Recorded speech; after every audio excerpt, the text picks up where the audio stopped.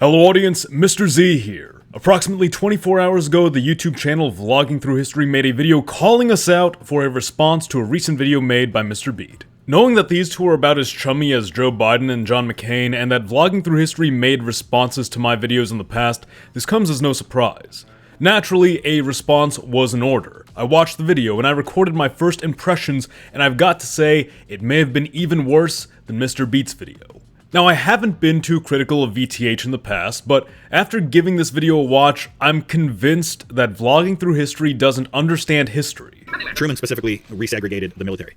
Truman desegregated the military. Outright lies about things he claims to have studied the most. And I've read the history books. I've read probably more books on presidents than any other topic, with the exception of the American Civil War. The whole Vallandigham thing, listen, he was not the only Democrat criticizing the war. There were plenty of Democrats, including ones in Congress, that were criticizing the war. The issue with Vallandigham wasn't simply criticism of the war. It was actually acts of subverting the ability of the government to prosecute the war. The reason he was arrested was because he had given a recent speech criticizing the war and doesn't seem to understand politics or foreign policy. The Germans were running ads in newspapers in New York City saying, listen, these certain ships that are entering the exclusion zone, don't get on ships like that because we might sink them. They were doing everything they could to warn us. This is like negotiating with terrorists at this point. Imagine ISIS or Al-Qaeda says, hey, don't board airline whatever because we're gonna hijack it. Are you gonna tolerate that? Join me today in watching, reacting, and responding to Vlogging Through History's call out, and watch me slowly ruin his mythologized, shallow picture of Theodore Roosevelt along the way. Here we go. Mr. Z also had a video that we reacted to a while back called Why Woodrow Wilson Did Nothing Wrong. And it's one of those videos that, well, you saw a side of me you don't normally get to see. I'm pretty sure at some point in that video, I may have hit myself over the head with a shoebox. Yeah, dude, why did you do that? Like, I never made a response to that video you did, but I don't know, I thought it was weird. I think that was the one. Anyway, this is going to be interesting, because while I agree with the basic premise that Matt does have biases, guess what? So does Monsieur Z, so do I, so does every other person who has ever lived. So the point is, Mr. Beat said, this is going to be an unbiased, balanced view of Woodrow Wilson. When you're going in with that type of criteria, you got to try. You know, you at least got to try to put your biases aside. I think when you really get down to it, and you're like, all right, look, let's observe the facts, and let's not try to put any personal bias into something, that's not too hard to do. Yeah, there's my opinion, there's how I feel, you know, there's my views personally, and then there's the reality, there's the truth. You know, there's not much wishy-washiness with that. This is kind of surreal, honestly. In this video, so all right, I'm gonna take a look and see what he had to say about it. So I guess what we're kind of doing here is a little reactception, because I'm reacting to a reaction. I didn't realize that's what he was doing. And now I'm reacting to your yeah, it's reactception, and maybe you're gonna react to my reaction. So we're just building layers on top of this. I thought he was just gonna present it. I didn't know he was actually gonna watch it. Interesting. As some of you might know, I'm a Woodrow Wilson defender. I'm not necessarily pro Woodrow Wilson. I don't necessarily like it. He's not like in my top presidents, I'd say. But he gets a lot of unnecessary hate. Oh, it's quite necessary. Wrong. As, you know, as monstrously, cartoonishly evil as the internet has seemingly made him out to be over the last few years. Yeah, he kind of is, but no, I get his point. Wilson, if you've been around the channel very long at all. I just gotta stop right here. I could have sworn Mr. Beat had something to do with this. If not him, then, you know, his crowd of, like, Cynical Historian, Alternate History Hub, those guys that he's tangentially, or not even tangentially, but, you know, relatively associated with. Very long at all. You know, I hate his guts. I thought he was gonna stop and say something about me there. Hate him enough. Historians, you know, not just people who make history videos. Yeah, to be fair, people who make history videos are by definition historians. I get a little, I've ranted on this a few times before. I get a little frustrated with the gatekeeping that sometimes gets done over that title, historian. Look up the definition of historian. It's literally just anybody who learns about history and then devotes time. You know, I kind of agree. I also kind of disagree. That's a whole other discussion. Time to teaching history to other people. So if you have a YouTube video and you're teaching people about history, you are by definition a historian. Historian has nothing to do with how many books you've written, how many degrees that you have. Honestly, that's all irrelevant to me. And keep in mind that Woodrow Wilson himself was a historian. He, I believe, is our only president with an actual PhD. We've had other presidents that will have doctoral equivalents, like, you know, Juris Doctor, you know, a law degree. But I think he's our only PhD president that I can think of off the top of my head. Come across about Wilson seems to think his accomplishments outweigh all the negative stuff about him. Real quick, I'm adding this in after the fact, but what does it tell you that the actual historians and the actual biographies give you a fuller picture of who Wilson is? It tells me that the actual historians, which keep in mind they're only polling a certain number of them, tend to be academics who tend to come at it from a very particular worldview and a very specific bias. Basically, by interviewing actual historians, you're getting one particular viewpoint. You know, you're not looking at people from other fields that might also be well educated on Woodrow Wilson, but come at it from a very particular perspective. And academic historians tend to be more progressive in their politics, tend to be more in line with someone like Woodrow Wilson. Okay, that's a big issue there. So, yes, when it comes to academics, you might say that academics is dominated by progressives. Rather, academics is dominated by liberals, both leftist liberals and rightist liberals. This is partially a consequence of the Cold War era and sort of the big push against the old left of the Soviet Union, but also a lot of the right that was seen as, you know, too authoritarian, too restrictive. That's a whole different discussion in and of itself. But these are not nowhere near progressives in the same vein as Woodrow Wilson. And come on, you would know this if you got the history background and understanding that you say you do. The progressives of the progressive era are sort of a far cry from the type of progressives that we have today. And we know that when it comes to academics, by and large, what people are talking about, there's a conflation of the terms progressive and liberal. What you have in academics is overwhelmingly liberal. Are there progressives? Yeah, of course. In the modern sense of the word. In the sense of Roosevelt and Wilson era progressives, no, like, that's not really what we have today. They're going to overinflate his importance and his ranking compared to other presidents. Meanwhile, So yeah, again, it's like he's suggesting that it's because progressives are in academia today. Again, not the same type of progressives that were around before. You know, the progressive that Woodrow Wilson was is basically the exact same progressive that Theodore Roosevelt was. Tell me, is your liberal professor Theodore Roosevelt? I don't think so. he's not that guy. All right, I'm going to try really hard not to hit myself over the head with Give me like 10 seconds, man. Give me 10 seconds. box today. I don't actually see any within reach, so I think we're safe there. Not a bad guy, even if you think he was a decent president. Not a bad guy. Give it time, and I've read the man. history Hear me books. out. I've read probably Hear more me books out. on presidents than any other topic, with the exception of the American Civil War. Okay. Maybe that's a little too generous of a statement. He's not a bad president. All right. I'll give him credit. He backed off of that statement. Kudos for doing that. But you know, you read the history books, you read what his actual policy was, you read about what he's done, and you think about it. It's like this doesn't seem like it's anything out of place for what was going on at the time. As long as you were a white Anglo-Saxon Protestant. Again, not out of place for what was going on at the time. You want to talk about discrimination, but I mean, if you talk about Theodore Roosevelt, and I know that you at least were quite fond of Theodore Roosevelt those 2 years ago when you made that video. It really seemed like. Have you heard some of the things Theodore Roosevelt said? Like the level of a Anglo-Saxon WASP supremacist that Theodore Roosevelt was, like, it's insane.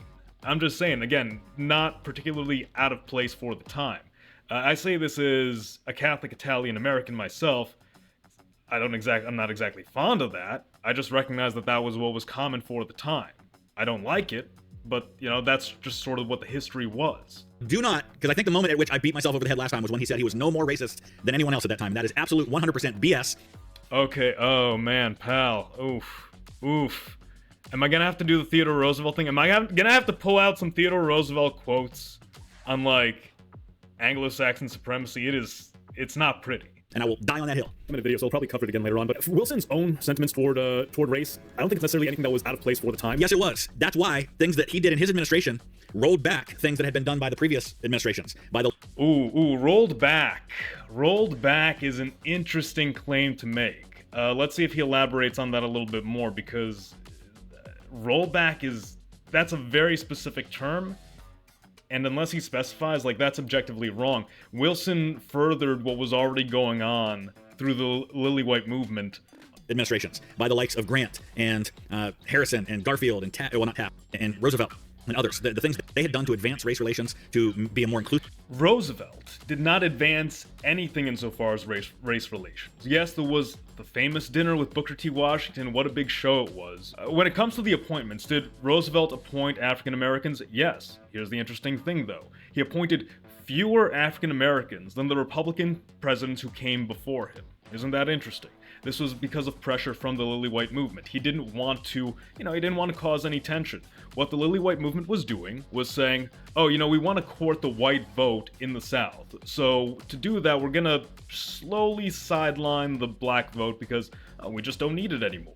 Theodore Roosevelt, you can argue what side he took on this. He had some rather unsavory things to say about people based on ethnicity and based on all these different factors. But he didn't push back against it. If you want to make the claims you do about Woodrow Wilson, you can say very much the same thing about Theodore Roosevelt. Why didn't he push back against it? Why wasn't he this great crusader for civil rights, for race relations? Why aren't these questions being answered? Race relations, to be a more inclusive federal government in some ways. There was one more factor as well. I forgot what the exact name of the event was. There was an accusation that black soldiers had shot up a town, and there was no evidence, is supposedly how the story goes. There was no evidence, and Theodore Roosevelt dishonorably discharged all 150 of the soldiers accused. I'm just saying, man. Like, this is your crusader for race relations and civil rights? It doesn't seem like it. There was a lot of work to do. The military was very much segregated. Lots of aspects were, but the federal government, black people could have jobs in the federal government, and Wilson rolled that back. He was more racist than the people who came before him. Again, it's like, you want to, if that's your standard, more racist than the people that came before him. Okay, then again, why did Theodore Roosevelt appoint fewer African Americans than the Republicans who came before him? Was this a piece of legislation that Wilson, had ordered Congress to put forward? Was this an executive order where he's like, yeah, segregate the federal government? No. What had happened was Wilson appointed a bunch of Southern Democrats to his cabinet, and those Southern Democrats, within their own departments, independently. Who was responsible for that? Excuse me. Who was responsible for that? Are we going to say that the president is not responsible? Look, if you're talking about race relations for Wilson, yeah, they weren't important to him. Like, that's the big thing. It's like, if you want to argue that he's racist for his time, that's separate from saying he just didn't care about race relations. Like, those are two separate things. He was apathetic to it. So when these guys start pushing segregation, it's not something that he's aggressively policing. It's not like, oh, they better not do this. This is a major issue for me. It's like he doesn't care, and most people of the time didn't care. Responsible for the decisions that are made by his appointees, because none of the previous administrations had that problem. So he appoints people who segregate the federal government, and he backs that up. I gotta stop here because we are not letting Wilson off the hook for this. All right, I want to read this from the Woodrow Wilson house in Washington, D.C. This is from their own website, okay? When Wilson won the presidency in 1912, Washington was home. Oh, we're gonna do some reading. We're gonna do some reading today.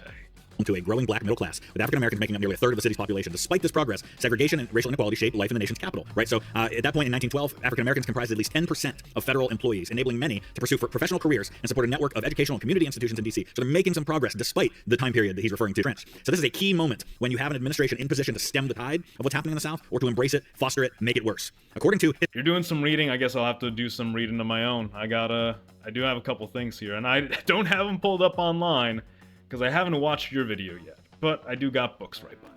Historian, okay, because we're going to refer to the historians that he loves to talk about so much here. Eric Yellen, federal segregation under Wilson was not only about separating black and white employees, it also curtailed opportunities for black professional advancement, limiting their access to desirable positions despite their qualifications and success in civil service examinations. Although Wilson did not issue a formal order mandating segregation, he allowed his cabinet secretaries that he worked very closely with and could have asked for resignations if they weren't implementing policies that he was okay with, to implement these policies, rationalizing them as measures to reduce workplace tensions. I'm trying to get everybody to get along, so I'm going to let them do this. His stance drew sharp criticism from African American leaders, including activist William Monroe Trotter, who confronted Wilson at the White House in 1914. He said, "We appealed to you to undo this race segregation in accord with your duty as president and with your pre-election pledges to colored American voters. We stated that such segregation was a public humiliation and degradation, and entirely unmerited and far-reaching in its injurious effects." And so those end up making things worse, and we haven't even talked about some of the other stuff yet. But here's the other thing about that. When he meets with this guy in the White House, he basically tells him, don't ever come here again. He basically saw him as this uppity black man who had no business talking to the president that way. And he said, if your organization is ever going to have a hearing before this administration again, somebody else better do it. Like, he basically told him, how dare you question me? And that's how he was with everybody. Yeah, the Trotter incident. So imagine at the time, and these are, again, different times.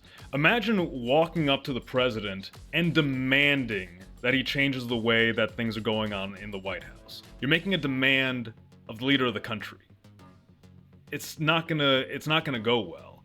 And this is, if memory serves, this is something that he just immediately escalates in how he's talking to Wilson. You have to approach the president with respect, with poise. It's like you are talking about the leader of the country. And you can't really blame Wilson for this any more than you can blame Taft or even Roosevelt for it. Yeah, Taft didn't segregate the federal government. I could have paused it right there, but again, what I'm gonna bring up is the Lily White movement. This is going on throughout. Taft was beholden to it. Roosevelt was beholden to it. It carried on. They did nothing to stop it. It's all throughout the... All right, so we are going to compare Theodore Roosevelt not having further meetings with African-American leaders in the White House with Woodrow Wilson's administration segregating the federal government. All right, I gotta fish out another quote, I guess. Yeah, like, people like to talk about Wilson and his Southern roots. Nobody talks about the fact that Roosevelt himself had some Southern roots. So Roosevelt's images of blacks in history were shaped by his childhood encounter with the Southern heritage bequeathed to him by his mother, an unreconstructed rebel, quote, who told young Theodore countless stories about life in antebellum Georgia.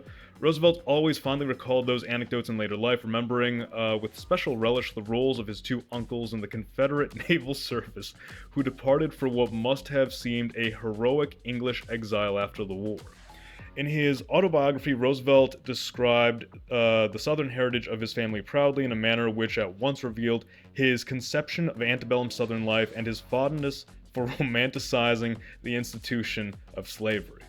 Yikes, it doesn't get better from there. Alright, so another quote from Roosevelt, who says, unlike so many of the inferior races, is what he says, the African does not dwindle away in the presence of the white man. He holds his own. Indeed, under the conditions of American slavery, he increased faster than the white, threatening to supplant him.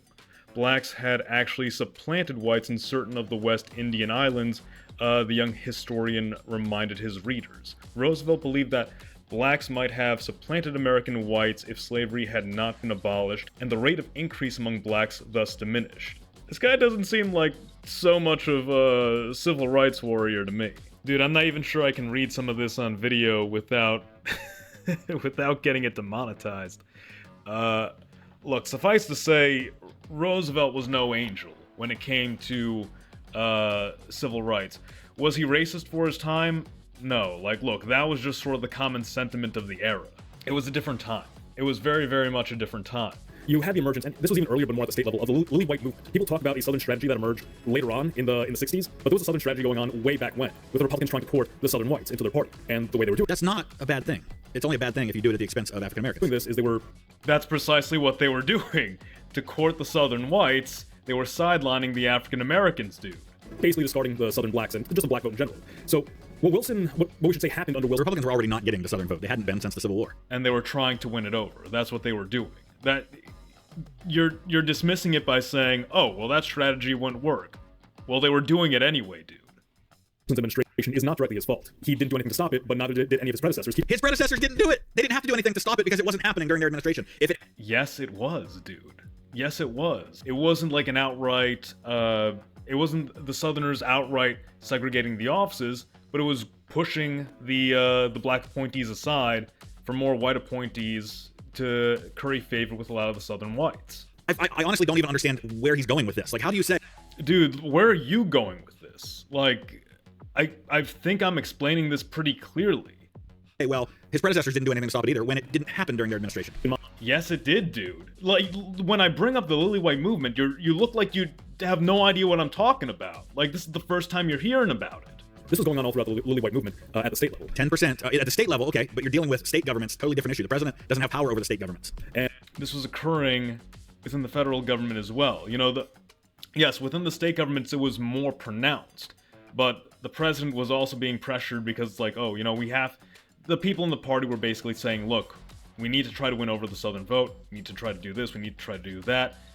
And it was, as a result, literally in the passage I was reading that I was saying I probably can't read on screen, had specifically dealt with that and the situation that Roosevelt was in. Let's just say he explicitly says who he thinks is superior and inferior, and he uses some not too politically correct language to say it. Most anti-freedom of speech president we've ever had. I don't know about that. He was an elitist. He's certainly up there. I mean, you can't just say, I don't know about that. I mean, give us something. He's certainly up there when it comes to anti-freedom of speech. I talk about this later. I talk about this in this video that he's reacting to. Wartime powers. Wartime powers are a very specific circumstance, you know? It's different. I freaking believed in eugenics. And a long time years. A lot of people during that period did. All right, can we stop with the, you know, there were other people who also supported eugenics, therefore it's okay that Wilson did. No. It's an abhorrent idea. And not, you know, we're not talking... The point is, it was a symptom of the time. This isn't to argue that in a in a vacuum, you take Woodrow Wilson, you bring him to present day, it's like, oh, you believe in a lot of things that we don't believe in these days, that we find abhorrent. Okay, but same thing applies for Theodore Roosevelt, you know? And he gets a pass, because people just like him, you know? When it comes to the argument of somebody being particularly good or bad for their time, you know, you gotta take all those factors into consideration. It doesn't excuse it, but it's a recognition that this wasn't particularly unique to him. It was a common thing that people believed at the period. You know, we're not talking about a situation where 90% of the American populace felt that way. So yeah. I don't know about 90%, but it was a large chunk of America. I dare say it was even a majority of Americans at the time.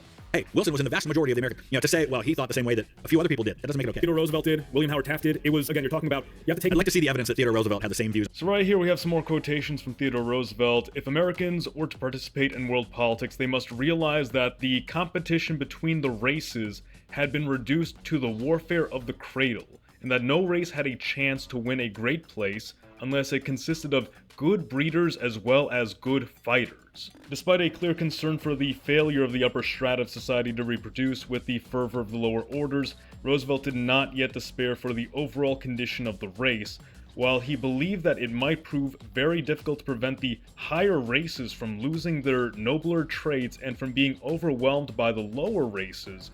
Things did change, and a nation might still, quote, play a great part in the role despite the diminished reproductive activities of its better classes. I mean, coming from Theodore Roosevelt's mouth, that seems pretty straightforward to me. Do we also have to talk about the fact that he was pen pals with, what was his name, Charles Davenport, one of the leading eugenicists in the United States, and he spoke about how he wished he could support him more? On eugenics that Woodrow Wilson did. All right, so here's one particular quote dealing with how Wilson felt about eugenics. He was, quote, intensely involved in legalizing the eugenics. Look, I mean, I'm not arguing that Wilson wasn't. Like, I'm saying this is a product of the time, so I don't know, let's skip over this. That practice, yes, but back then it was common thought for a lot of progressive politicians. Wilson falls into that same camp. The idea of certain groups being superior to others was common to progressives. I'll give him that. That's not what Wilson was advocating for. He went much, much further in his advocacy for that. Does that excuse it? No, but to say Wilson is uniquely bad for this, yes, it's kind of absurd. And like I said, we all have biases, and it's fine as long as we acknowledge it. Don't claim you're balanced, though. I'm not balanced in Wilson. I am definitely coming at this from a bias against Woodrow Wilson. So that's why I'm hoping between what he says and what I say. Pal, I'm not coming at this from a place of bias. I don't like Woodrow Wilson. I don't hate Woodrow Wilson. I just see somebody who's being lied about, somebody who's misunderstood significantly in his policy, in his historical reputation. And this is the big thing. Like, a lot of the historical academics are basically on the same page I am. But when it comes to a lot of the pop history these days, it's a trend to hate on Woodrow Wilson. Yet people have these blinders where Wilson is the devil and Theodore Roosevelt is this angel. The two men are far more similar than the modern historians will give them credit for. It's not a matter of me trying to defend someone that I consider a hero of mine. It's a matter of me saying, this is plainly wrong. I care about historic authenticity. And this is a situation where it's just being thrown out the window by a mass of people. And you have the people in, I guess what we could say, in the positions of power, the people with the loudest voices, the people with the big channels, who will perpetuate a myth because it's trendy to. You know, because they might have picked up a dislike of this figure. And they're just perpetuating it without a full understanding of the deeper context of the history of this fellow. Hold on, the characterization of Wilson's work as supporting the lost cause, I think, is a little bit of a stretch. He argues that there's more to the Civil War than just the slavery issue, which is true. But yeah, you know, he can be a little sympathetic to the South in his writing. So you could argue that much. It doesn't delve too far into the realm of like, oh yeah, you know, the Confederacy seceded not because of slavery, it seceded for all these other reasons. No, Wilson acknowledges that slavery was a key issue. I could probably, if I can find a little snippet from his book, I'll put it right here up on screen for you guys to read as well. He's a story, man. He's got try. I don't know, man. Are you trying? Are you trying? I thought this was supposed to be a balanced analysis of Woodrow Wilson. His writings reflect white supremacist views. A popular textbook called History of the American People, which was used in school classrooms. Did he even read the thing I put on screen? You think you would analyze what you think you would analyze the actual context I'm giving instead of like, oh, he's giving context, so I can't refute that. It's like, are you just sort of resorting to attacks and assuming people are going to trust you? Because they will. You know, frankly, you can say anything you want about Wilson and people will, as long as it's negative, and people will believe you.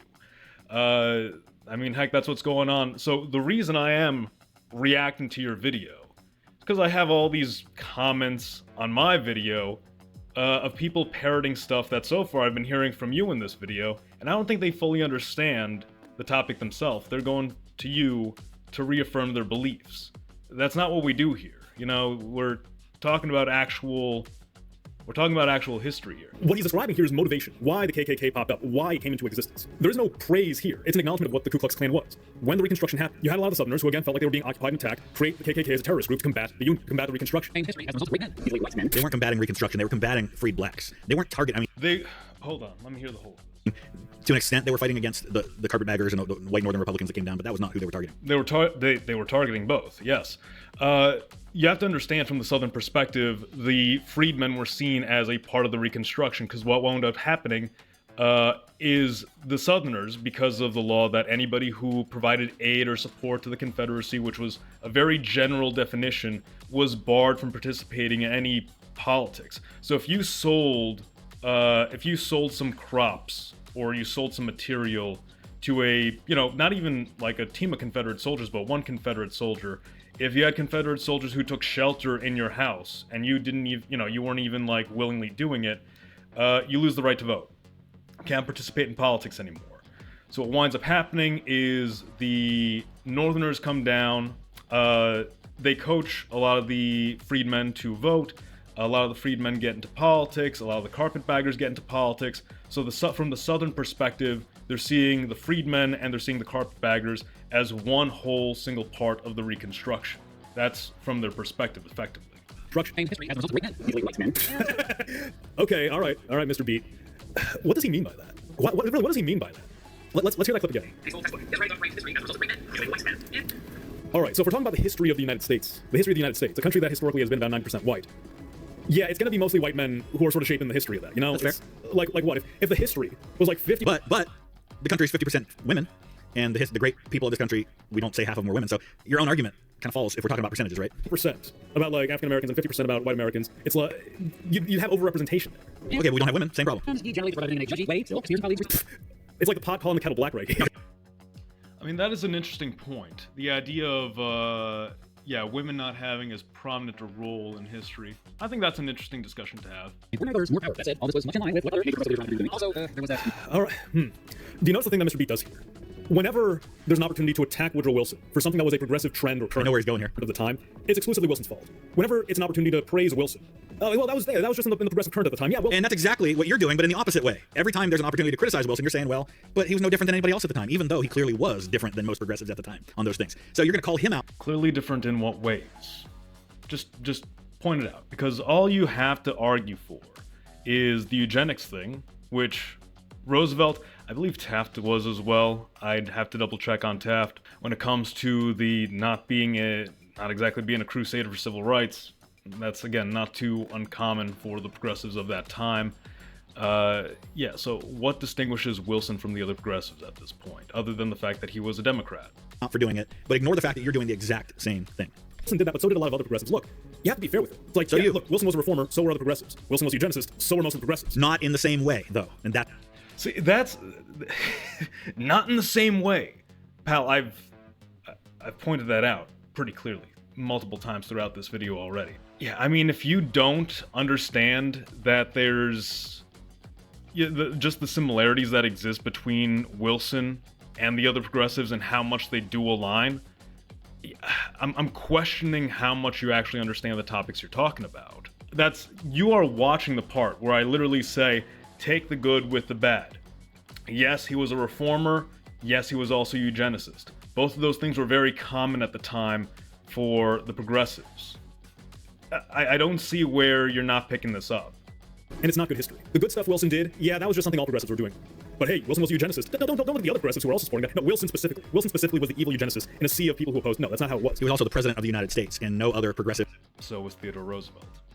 ...president advocated for and had the same... Theodore Roosevelt. ...extreme views on eugenicists that... All right. Quote from Roosevelt, "If the bulk of American population reached the stationary state, it could mean some permanent deterioration of the race stock. The solution to the problem could not be found in extreme fecundity, which did not guarantee social greatness, as the Southern Italians demonstrated." Look, this guy is being prejudiced against me right now, man. It's like, what do you want me to say? And he follows that with, "The correct response to the racial threat would be steadily fruitful procreation by the better classes." That sounds pretty eugenicist to me. This is an interesting one. "During the 4 years before he became president, Theodore Roosevelt gradually developed a morbid fascination with the specter of race suicide and assumed the self-appointed task of national exhorter of fertility, potency, and virility. Soon he raised the pitch of his exhortations to a strident level with a call for readers to join a moral crusade to save the nation and the race through the agency of healthy and vigorous reproductive activity. In the absence of appropriate public policy, the drift toward decadence seemed nearly irresistible." That he did. From Roosevelt to Taft? Roosevelt and Taft were not advocating for the extreme position on eugenics that Wilson was. Dude. Man, you're gonna You're gonna feel weird watching this, aren't you? There he is. Hold on, wait, what? Evidence of the wars of war. Okay, so is it racist? Which is kind of Just kind of racist? Dude, I wouldn't consider William Jennings Bryan to be racist at all. So this is an editorial that was written by William Jennings Bryan a few years after Woodrow Wilson left office, 1923. It was written in the New York Times, and it's him basically addressing the idea of white supremacy. And among other things, what he says in here is that he totally supports the idea that blacks should have equality before the law, but that white people should absolutely be the ones in charge of the government, and that he would never support black equality when it comes to any state in the Union when it comes to decision-making and leadership and laws. He said that the northern states will Interesting. act 100% in concert with what the South does in white supremacy. So yes, he was kind of racist. The Southern Banquet, I enforced my argument by suggesting that Massachusetts would do exactly as Virginia and South Carolina had done if confronted by the same conditions. There is not a state in the Union in which the whites would permit black supremacy. So yeah, that is some interesting insight into William Jennings Bryan and his views on race. But if anything, I think that especially highlights for the time how even somebody as, benign as William Jennings Bryan could have these views that, by modern standards might be seen negatively, but just how widespread those were for the time. Are you telling me then that Woodrow Wilson was a really weak executive who couldn't control his own cabinet? Government. Wilson didn't encourage. I'm saying Woodrow Wilson isn't micromanaging his cabinet. Again, this comes down to the question of, did Woodrow Wilson think race was a major issue he needed to focus on? Probably not. I mean, Wilson has some other big things that he's got to deal with. You have the border war with Mexico, you have, of course, World War I breaking out, trying to keep America out of that war for as long as possible until things just sort of boil over. He's got bigger fish to fry, effectively. Urged them to do that. Wilson didn't tell them to do that. They just did. Sure, Wilson didn't undo it, but neither did any of the administrations after until... All of his defenses of the bad decisions made by Wilson are that, well, everybody else did it too. Until what was Harry Truman. Yes, because what is being argued here is that Wilson is not particularly bad for his time. This isn't a defense of saying what he did was good. It's saying what he did was not out of place for the period. You don't seem to understand that. Truman specifically resegregated the military. Truman desegregated the military. What did you say happened under Taft? Happened under Taft, that happened under Taft, by the way. All right, so yes, the 16th Amendment, which made it legal to have an income tax. Understand that when these amendments get passed, the amendments themselves don't necessarily make laws. They just permit laws. So, for example, when we talk about the banning of the importation, manufacture, and distribution.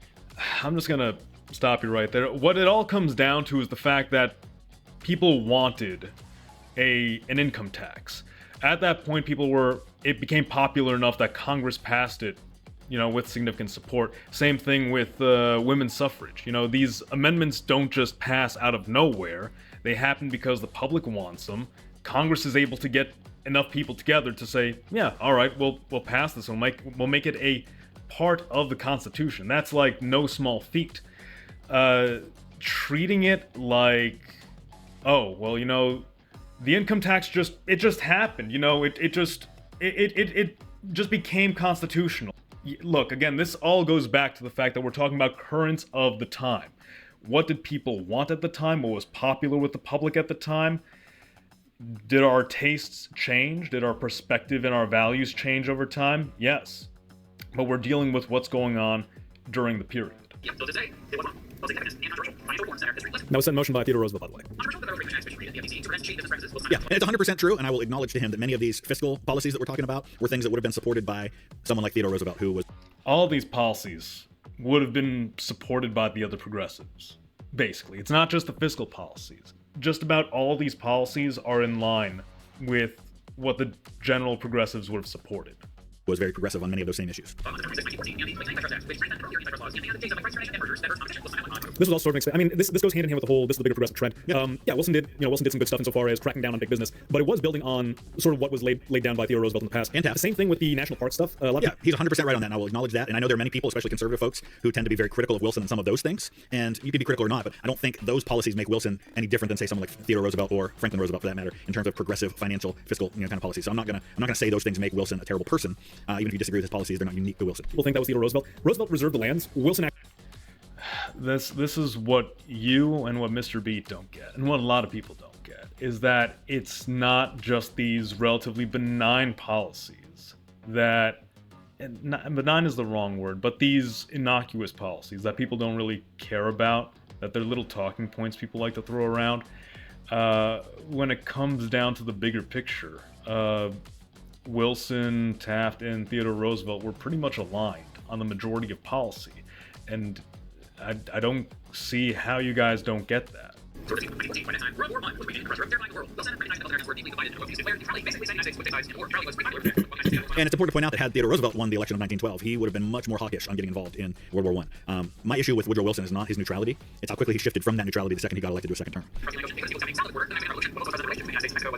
It was a matter of as soon as he got elected to the second term. Well, maybe you could say it was a factor of recognizing that there were escalating factors there. But no, it was the escalating factors themselves that contributed to us getting involved in the war at that time.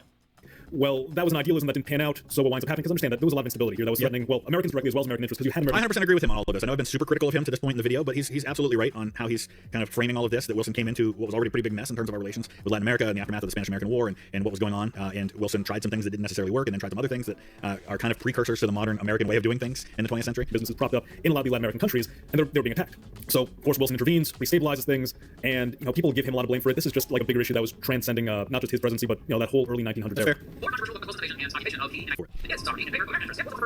First regime change president is crazy. How about we talk about, you know, going all the way back, we can talk about Cuba, we can talk about the Philippines, we can talk about the Boxer Rebellion in China, we can talk about Nicaragua, we can talk about Honduras, we can talk about Panama.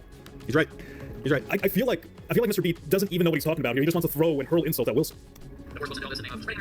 No, it wasn't about spreading American values. It was about keeping the United States safe. You had a deeply unstable situation down in Latin America. I would disagree with that. I think Wilson was pretty clear that he was about spreading American values. And even in the post-World War I world, he talked about self-determination, but he only wanted to offer that right of self-determination to certain kinds of countries. And he tried to be good neighbors with them. He tried to sort of let them be and not intervene in their affairs. But what happened is you had the spillover of Mexico. He tried. He couldn't help himself. Helping Americans. Did I miss something here? He only wanted to offer that right of self-determination to certain kinds of countries. And he tried to be good neighbors with them. He tried to sort of let them be and not intervene in their affairs. But what happened is you had the spillover of Mexico. He tried. He couldn't help himself. He just had to help them in other ways. So, what are you saying here? What I'm saying is there was the spillover of conflict that began directly impacting Americans. Is he not supposed to help Americans? Is the President of the United States not supposed to intervene? Not supposed to do something to help his fellow countrymen?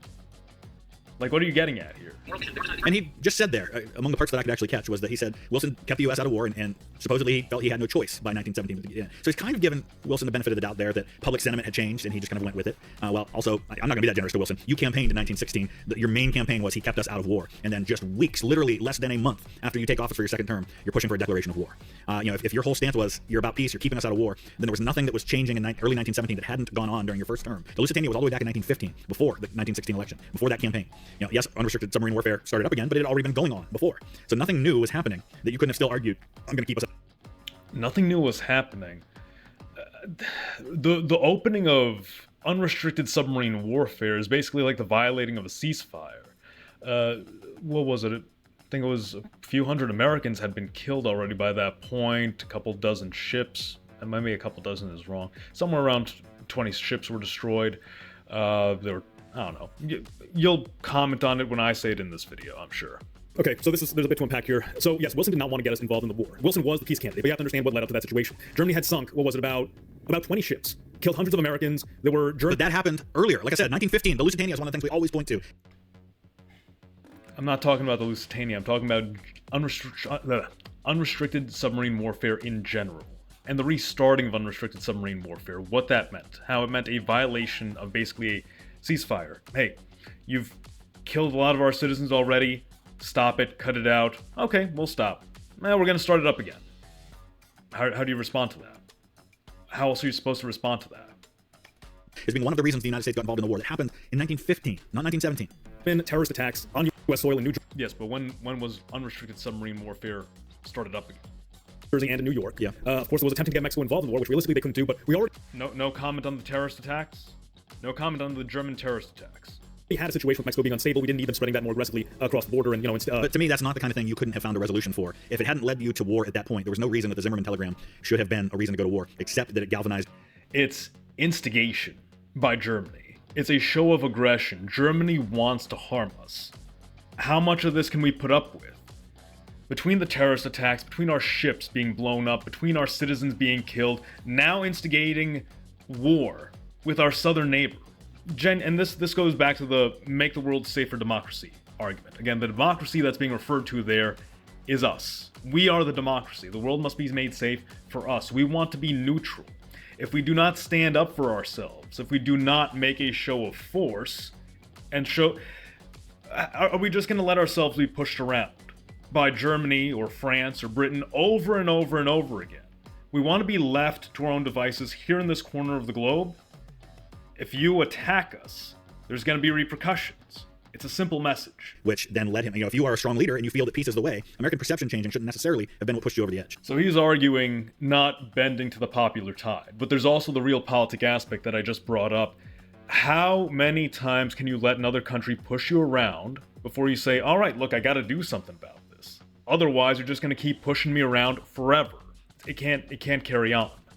The American public, after all the damage that Germany had done to us, after all the provocations, the American public wanted war. The American public wanted retaliation. America's politicians wanted retaliation. And a lot of this, let's also look at this from Germany's perspective, because, to be fair, Germany had the concern of why is the U.S. only assisting the Entente? Why are they not? And that's a great point. You're going to say, well, Germany was doing all this provocation on the United States. Well, yeah, the United States was materially aiding the Allies, the Entente, the British, the French, the Russians. We were materially aiding one side. We were not neutral in that war. Being actually neutral. The United States, at the very beginning of the war, was conducting trade with both sides of the conflict. They were trying to be genuinely neutral. What happened is Britain blockaded us. They created a massive blockade. And we could have used because remember, at this point, the British are not the allies that they are today. We don't have the special relationship in 1914 that we have today. We could have very easily used our political and economic pressure on the British to say, listen, you need to open us. Very easily?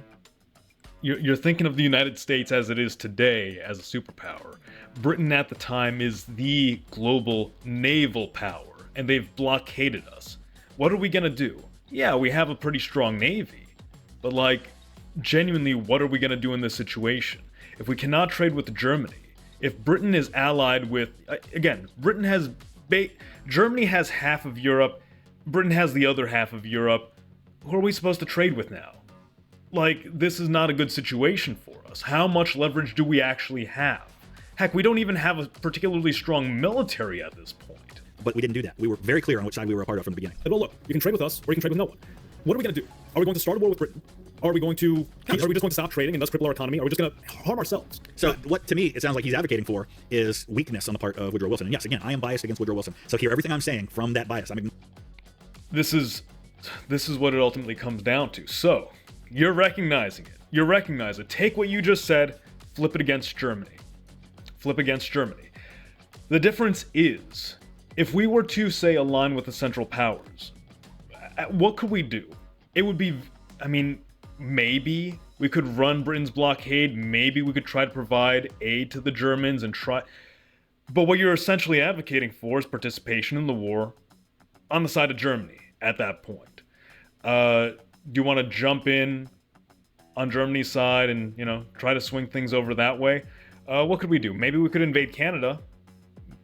Maybe. That's an option. Or you can join up with the winning side, which is Britain at this point. The Germans have made far more provocations. The obvious difference is Britain is blockading us, and yes, it's, they're pressuring us. The Germans are actually killing our people. That is actually a lot more severe. The Germans are, to be fair, the British are spying on us as well, but the Germans are coming to the United States. They're blowing up munitions factories. They're killing people. They damage the Statue of Liberty. Seriously, what are we gonna do? Whose side are we gonna take in this situation? It's a lose-lose, effectively. Both of them kind of suck, but teaming up with Britain at least is an easy win. If you're a real strong leader, you don't get goaded into declaring war because the public opinion is in favor of war. You don't go with what's it's not the public opinion. It's the realpolitik of the situation. Easy and say, well, you know what? Better to trade with the British than not at all because they blockaded our trade with Germany. So we should just accept that blockade and just trade as long as we're still making money. Okay, so we should just accept the Germans blowing us up. Yeah, it's again, take the argument you're making, flip it against Germany. But here's the difference. All right, so if at that point Britain is harming us, Germany is harming us, who is harming us more, and who has the better chance of winning in this situation? Who can we actually turn the tides for? You got to make a choice there. Or do we keep trading with Britain because we don't really have any other option? We did have other options. We're a powerful navy, of course, but lay them out. Let's hear them.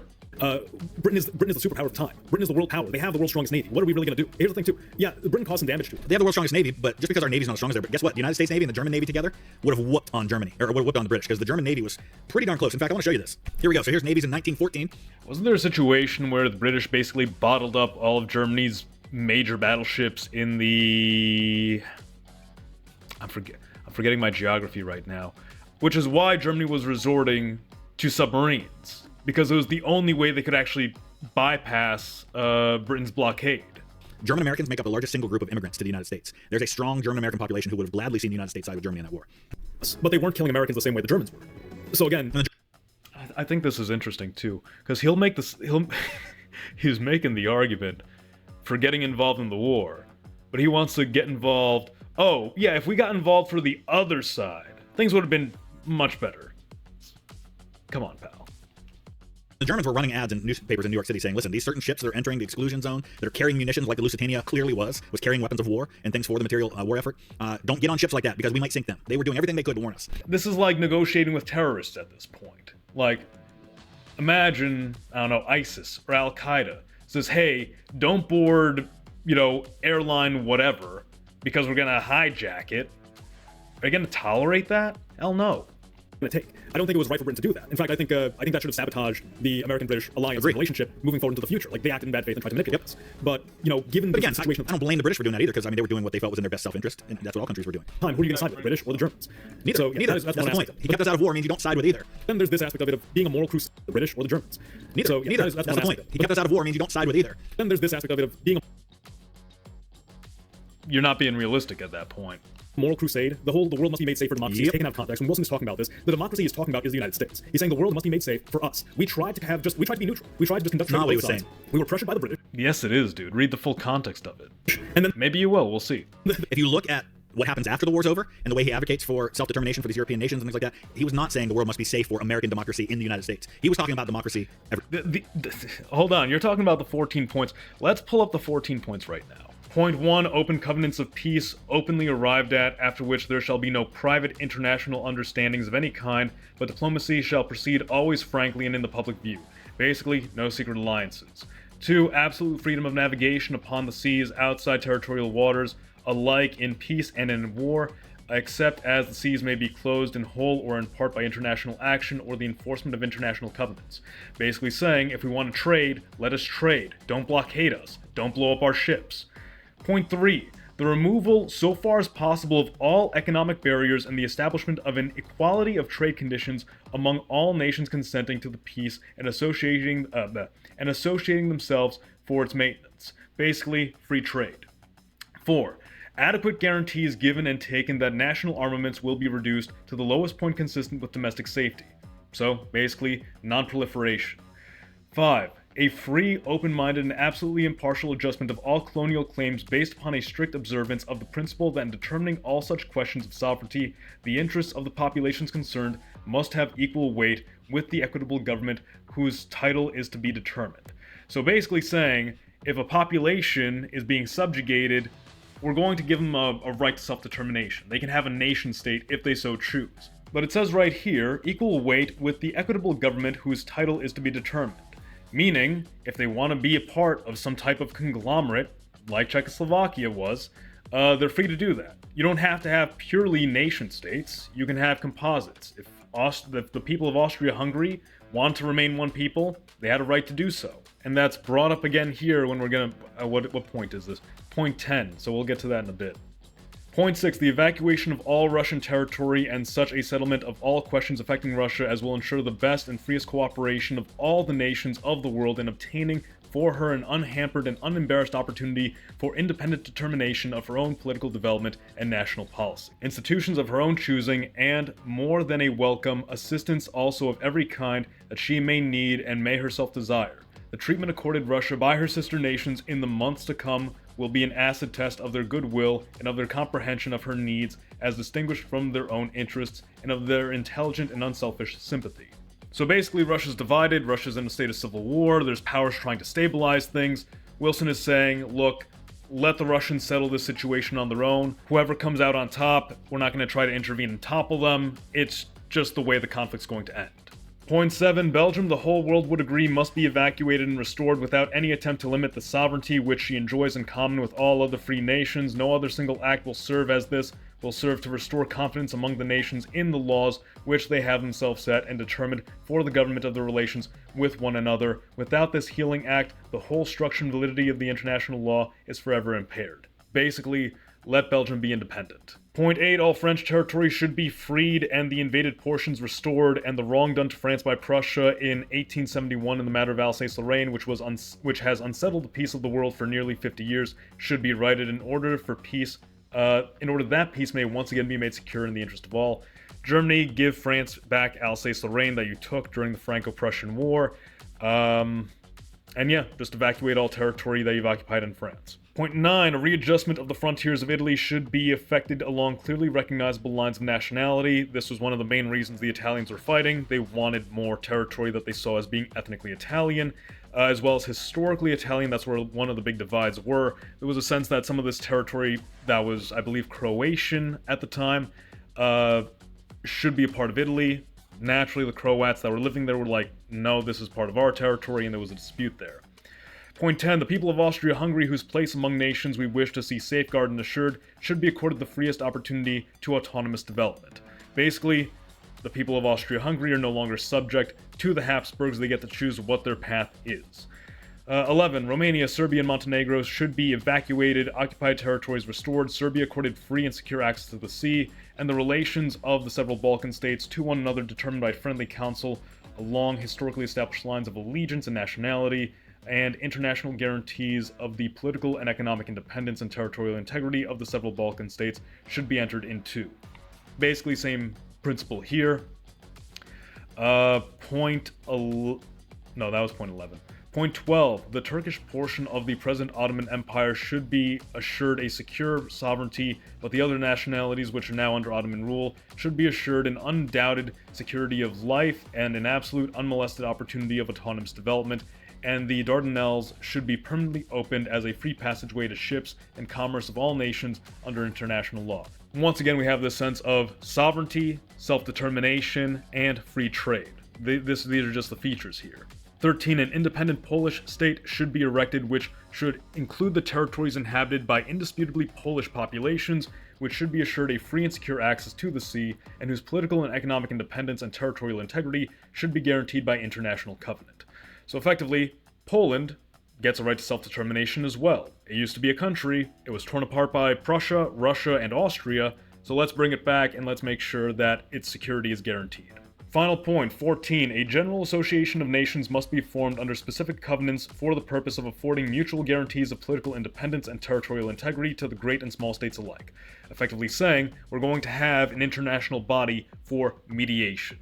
It's not going to be a type of global alliance for peacekeeping or spreading democracy. This is a place for us to come together, to negotiate, and settle the issues before they grow into much larger problems.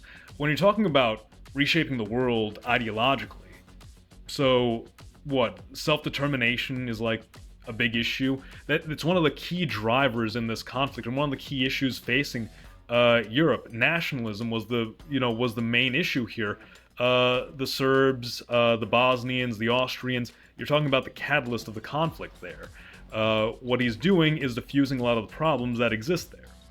The argument people make that he's trying to spread democracy is just a falsehood.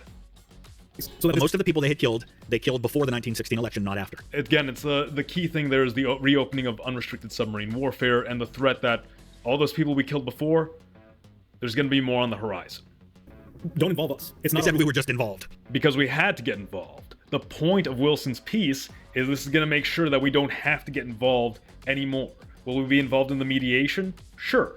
Will we be involved in the conflict? No. That's the key factor here that you seem to be missing. In defense of Wilson, he wasn't doing anything with the propaganda stuff.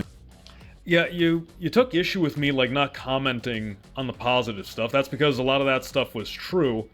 Now you don't see me commenting on the draft because the draft was true. You know, he did draft people.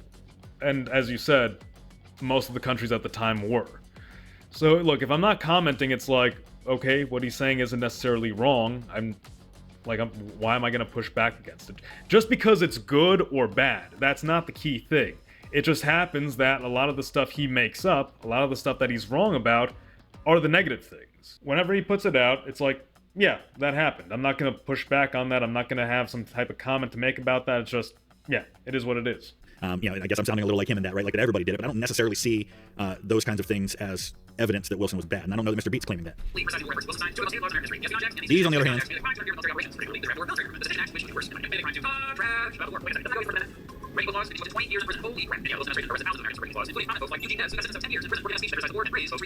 think about that for a second. A guy got 10 years in prison for giving a speech criticizing the American involvement in the war. That cannot be defended. Dude, it's wartime. Like, it's wartime. Yeah, I acknowledge that Wilson arrested him. I should say I'm not commenting on it. I'm not challenging that claim. But this is a matter of wartime issue, because you're bringing it up now. You're pointing out that this is an unacceptable situation. If you don't think that in a time where the security of the United States is compromised, that emergency measures have to be taken to ensure that the country is safe, yeah, it's like you're not being realistic. Because if you allow this type of situation, and you look at similar presidents who have been in this situation, think John Adams, think Abraham Lincoln. Similar measures have been taken. Cannot be defended, and I'll be curious to hear if Mr. Z is going to criticize that at all, or if he's just going to let that slide.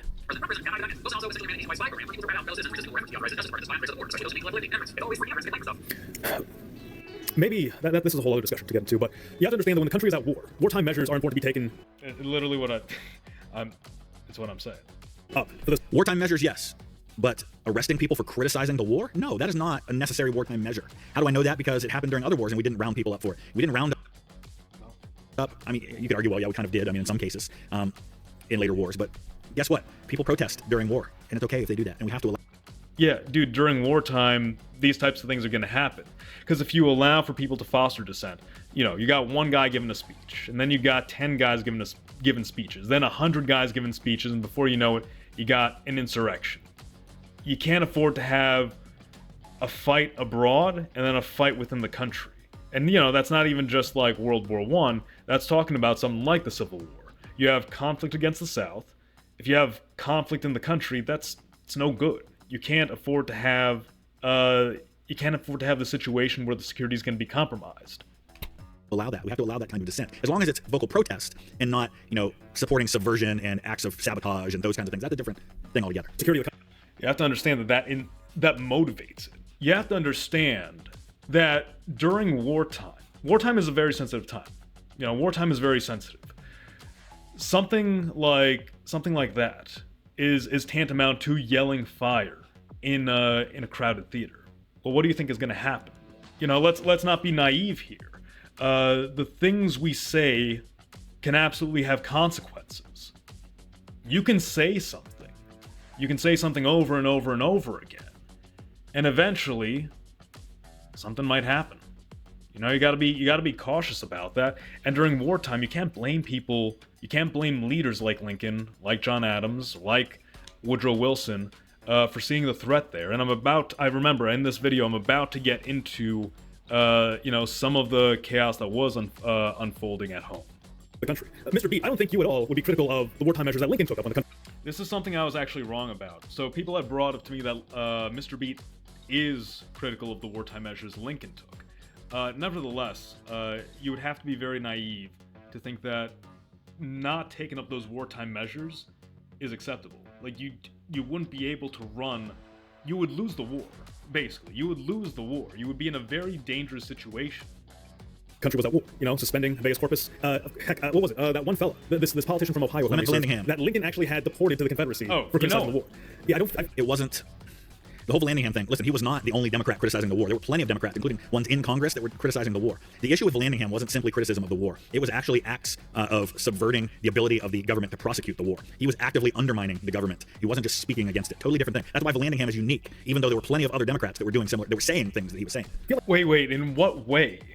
In what way? Because the reason, and I always forget his name because it's difficult to pronounce. You pronounced it well enough.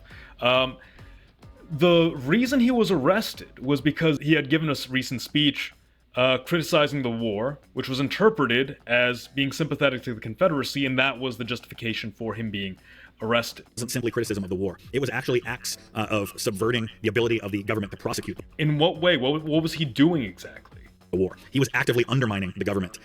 He was giving speeches just speaking against it. Totally different thing. That's why Vallandigham is It was a speech that got him arrested. He wasn't actively engaged in espionage and subversion until after his arrest, after he had fled to Canada and then to Michigan, I believe, when he, teamed up with the Knights of the Golden Circle or whatever their successor organization was. Before that, he was just giving speeches in Congress that were pro-Confederate, anti-war. So, and again, that was the basis for his arrest. You have to understand that at the time, a lot of immigrants coming to the United States were bringing over anarchist philosophy. They were committing terrorist attacks. Yeah, and especially people on the left. You had the That sounds very familiar. They're all criminals. They're all coming here to commit criminal acts. Dude, I don't know. Just listen to the rest of the video. Anarchists and socialists, and they also were engaged in a lot of terror attacks and riots and stuff. Yeah, you can't really be too critical of that. It was sort of needed for the period. He had a post office not delivering mail that was critical of government. Big time with this. By the time Americans were actually replaced him. He's not going to comment on that. The post office not delivering mail that was critical of government. Censorship. Because the government, that actually happened. So he said that the 14 points weren't really about the war, they were all about future conflicts. But read this. I mean, we're talking about evacuation of French territory, evacuation. Oh, dude, I did. Watch this video. Oh, he said that the 14 points weren't really about the war, they were all about future conflicts. But read this. I mean, we're talking about evacuation of French territory, avoiding future conflicts. Yes, you're diffusing the powder kegs that exist in Europe so you have a lasting peace in the region. So there's no chance that this is going to happen to us in the immediate future. Of course, what wound up happening is nobody listened to Wilson's 14 points, and things wound up going bad. And he legit just lived over there for a while because he and honestly, I think this was a big motivation for Wilson getting involved in the war in the first place. He wanted a seat at the peace talks, and that wasn't unusual. Japan got involved for the same reason. Italy got involved because of what they thought they'd get out of the post-war settlement. There were many nations that got involved for those kinds of motivations. But he saw this as, this is my opportunity on the world stage to have my way. It's kind of the cartoonish caricature of Woodrow Wilson, the finger twiddling and the mustache twirling. It's silly. Talks. And that wasn't unusual. Japan got involved for the same reason. Italy got involved because of what they thought they'd get out of the post-war settlement. Yeah, the difference is we got blockaded when we were trying to be peaceful. Our people got bombed. Our ships got blown up. And our southern neighbor was encouraged to go to war with us. Yeah, it's not 1-to-1. You think Wilson was doing this just for the prestige? Why then would he not get us involved from the very beginning? If anyone was in this for the prestige, it was Theodore Roosevelt. The guy wanted to, relive his Rough Rider glory days again and topple the Germans who had, what was his expression? The Germans have, they've boiled barbarism down to a science or something like that. There were many nations that got involved for those kinds of motivations. But he saw this as, this is my opportunity on the world stage to have my way. That wasn't Wilson's fault. That was primarily Britain and France. I agree. Wilson specifically told them, do not seek retaliation against Germany. He's right, and I will agree with him in defending Wilson on that. Have a peace where everything is nice and even, and there's no harsh feelings between the countries. France and Britain, who were actually involved in the majority of the war and felt that they had more say, said no, we're going to punish Germany. We're going to give them punitive measures, and they're never going to rise up again. Wilson, you might say, well, why didn't he fight back against this? What leverage did he have?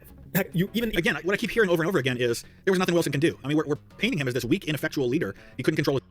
What are you supposed to do in this situation? Look at the bigger picture, and realistically, what can this individual do in this situation with the resources at his disposal? He has no moves. That's the problem. He has no moves. In these situations, yes, he can't do anything. Not random people. These are people who, let's pull up the details. In 1919, a series of mail bombs targeted prominent figures, businessmen, judges, and government officials. In June, Attorney General A. Mitchell Palmer's own house was bombed by an Italian anarchist. And, before Mr. Beats Mr. Z, being anti-immigrant, I'm Italian myself, so get off my back. No one was killed except the bomber himself, but the explosion destroyed the front of Palmer's home in D.C., nearly killed his family. This personal attack radicalized Palmer. He became convinced there was a coordinated anarchist plot to overthrow the government. All right, so just to be clear, the Wall Street bombing tied to the exact same anarchist network that spurred on the Palmer raids. Horse-drawn wagon was packed with 100 pounds of dynamite, 500 pounds of metal shrapnel, exploded. No one's doubting that there was a serious issue there and it needed to be dealt with. The question is, how did you deal with it? Did you target the wrong people? Did you target people who had nothing to do with it? At lunchtime, the blast killed 35 people and injured more than 400. Shattered windows were blocked. Okay, so what's the alternative? You don't do anything at all? Yeah, you can run a more coordinated, more precise campaign, but you're also talking about an idealism. Sometimes these things aren't perfectly precise. Sometimes mistakes are made. It's you're talking about the real world here. Blocks and tore through the financial district. Never definitively caught, strong suspected to be Italian anarchists, likely followers of Luigi Gallieni, who carried out similar mail bombings the previous year. Okay. So he didn't really answer the question. He didn't really address anything other than to tell us what happened. So here, I'll read. No, I corrected the fact that he described the Palmer raids as targeting random people. The Palmer raids targeted anarchists, terrorists. What's he gonna? Okay, let's see what he has to say here. I'll read to you directly from the FBI's own website on this. The nation demanded a response to the bombings. An attorney general who had his eye on the White House in 1920 was ready to oblige. He created a small division to gather intelligence on the radical threat and placed a young Justice Department lawyer named J. Edgar Hoover in charge. At this point, though, politics, inexperience, and overreaction got the better of Attorney General Palmer and his department, which we've already established. Obviously, Woodrow Wilson can't control his cabinet, right? Hoover, with the encouragement of Palmer and the help of the Department of Labor, started planning a massive roundup of radicals. By early January 1920, the plans were ready. The department organized simultaneous raids in major cities. Any of that sound familiar? With local police called on to arrest thousands of suspected anarchists. Thousands of arrests because of some bombings, and we never got the bomber. Well, isn't that cute? The way he just dismisses the whole thing like, oh yeah, there was a big terrorist attack, there were a couple terrorist attacks, but oh, you know what, they didn't actually catch the real bomber, they just rounded up a bunch of people who were actually radicals. And you know, the radicals, the people tied to the terrorists and the anarchists who shared their ideology, a lot of whom were immigrants. It's like, maybe those people with these radical ideologies who really do not like the US, maybe they should not be here. You can criticize like, oh, they just deported a lot of people who had the wrong idea. It's like, these are people who support terrorism. Why should these people be in the country? Even his proponents would acknowledge that Wilson was one of the more authoritarian presidents. You are making the exact same argument Southerners made about Lincoln. In the same way that Lincoln is authoritarian, you're talking about a wartime president. Lincoln being a tyrant. The country is at war. You're falling into the same There's trap. a difference between a war against a foreign power and dealing with a rebellion in your own country. And even What about a foreign power that's actively torpedoing your ships, killing your citizens, and launching terrorist attacks within your country, actively trying to instigate war between you and your southern neighbor? That's pretty significant. All the while, you have, by the way, this population, this country that's attacking you, their diaspora is one of the largest chunks of your population. They're actively encouraging them to rebel, by the way. People don't talk about this, but there were active efforts by the Germans to try to instigate a German rebellion within the United States. That can't really be tolerated. even then, Lincoln didn't do some of the stuff that Wilson did. You just want to attack your opponent. You don't look at them objectively. You're just blinded by your bias here. It baffles me that he isn't hearing himself here, because he's criticizing Mr. B for doing exactly what he did and saying, well, Pal, like, I'm watching my own video. I'm watching you watch my own video. Like, what I'm astounded by is how much of this is going over your head. Like, you might say, why not criticize the positive things that Mr. Beat brings up? Because the positive things don't need to be corrected. There were some negative things Mr. Beat brought up that I didn't challenge. I didn't say anything about them. Because by and large, it's like, yeah, that happened. The fact that I am calling out a lot of negative things that he brings up, it's because a lot of the negative things he brings up are actually wrong. So I have to correct them. In the end, there were some things I agreed with Monsieur Z about. I didn't beat myself over the head with a box, even though I thought about it a few times. And I think in the end, it's just important that we understand that every person presenting history to us is biased and has a worldview. This is a piece of rhetoric that we always hear as though it's absolute gospel. The idea that everyone is biased has been so constantly repeated that it leads us to a place of fatal relativism, this postmodern idea that truth does not exist, or at the very least, we are all incapable of knowing truth, and in turn incapable of conveying truth without fault. Bias is opinion, perspective. It colors our experience, but for most people, it isn't blinding. And for the historian, it should be no challenge to look past the coloring lens of bias, to put in the work to be as objective as you possibly can, to treat historic subjects as an engineer would treat a construction project. And it's also used by too many people to shrug off being wrong or at fault by diluting serious analysis and discussion as something totally relative. Can you imagine an engineer excusing the collapse of a bridge by saying, "Oh, hey, I'm only human, everyone makes mistakes"? Having bias, having a perspective, opinions, and a worldview is no excuse to make up history as you'd like it to be. You're entitled to your own perspective, but if you're coming at history, you really need to back up what you're saying with serious facts. Anyway, that's where I'll end this video for today. Thank you all for watching, like the video if you enjoyed it, and subscribe for more. Mr. Z, out.